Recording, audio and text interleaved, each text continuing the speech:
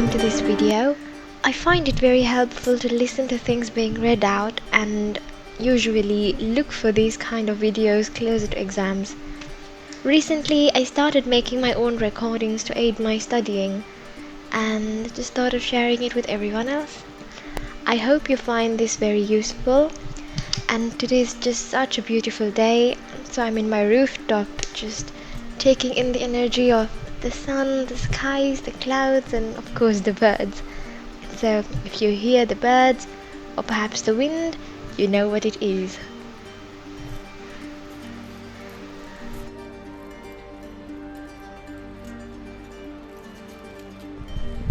This is The World Order by Henry Kissinger.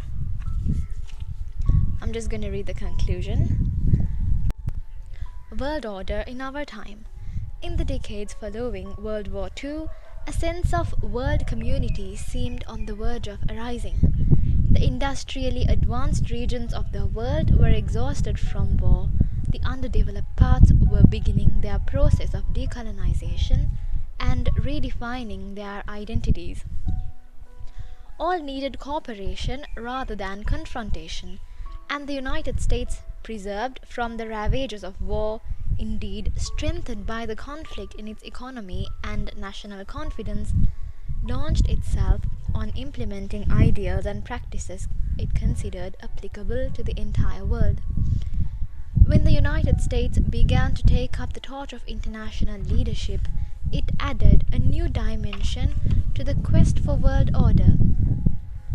A nation founded explicitly on an idea of free and representative governance, it identified its own rise with the spread of liberty and democracy and credited these forces with an ability to achieve the just and lasting peace that had thus far eluded the world. The traditional European approach to order had viewed peoples and states as inherently competitive. To constrain the effects of their clashing ambitions, it relied on a balance of power and a concert of enlightened statesmen. The prevalent American view considered people inherently reasonable and inclined toward peaceful compromise, common sense, and fair dealing. The spread of democracy was therefore the overarching goal for international order. Free markets would uplift individuals, enrich societies, and substitute economic interdependence for traditional international rivalries. In this view, the Cold War was caused by the aberrations of communism. Sooner or later, the Soviet Union would return to the community of nations. Then a new world order would encompass all regions of the globe. Shared values and goals would render conditions within states more humane and conflicts between states less likely. The multi-generational enterprise of world ordering has in many ways come to fruition. Its success finds expression in the plethora of independent sovereign states governing most of the world's territory. The spread of democracy and participatory governance has become a shared aspiration, if not a universal reality. Global communications and financial networks operate in real time, making possible a scale of human interactions beyond the imagination of previous generations. Common efforts on environmental problems, or at least an impetus to undertake them, exist, and an international scientific, medical, and philanthropic community focuses its attention on diseases and health scourges once assumed to be the intractable ravages of fate. The United States has made a significant contribution to this evolution. American military power provided a security shield for the rest of the world, whether its beneficiaries asked for it or not. Under the umbrella of an essentially unilateral American military guarantee, much of the developed world rallied into a system of alliances. The developing countries were protected against a threat they sometimes did not recognize, even less admit. A global economy developed to which America contributed financing markets and a profusion of innovations.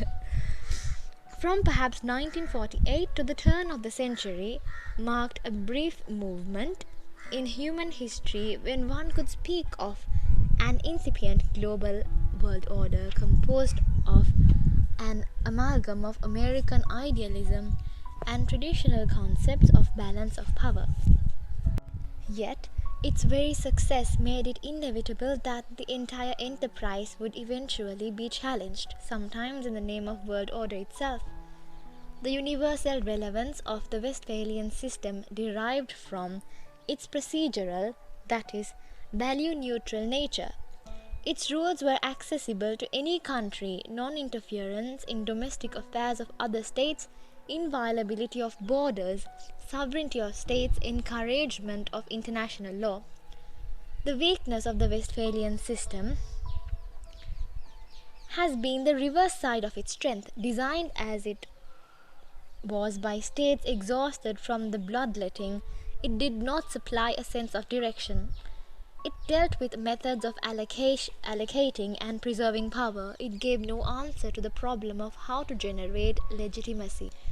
In building a world order, a key question inevitably concerns the substance of its unifying principles, in which resides a cardinal distinction between Western and non-Western approaches to order.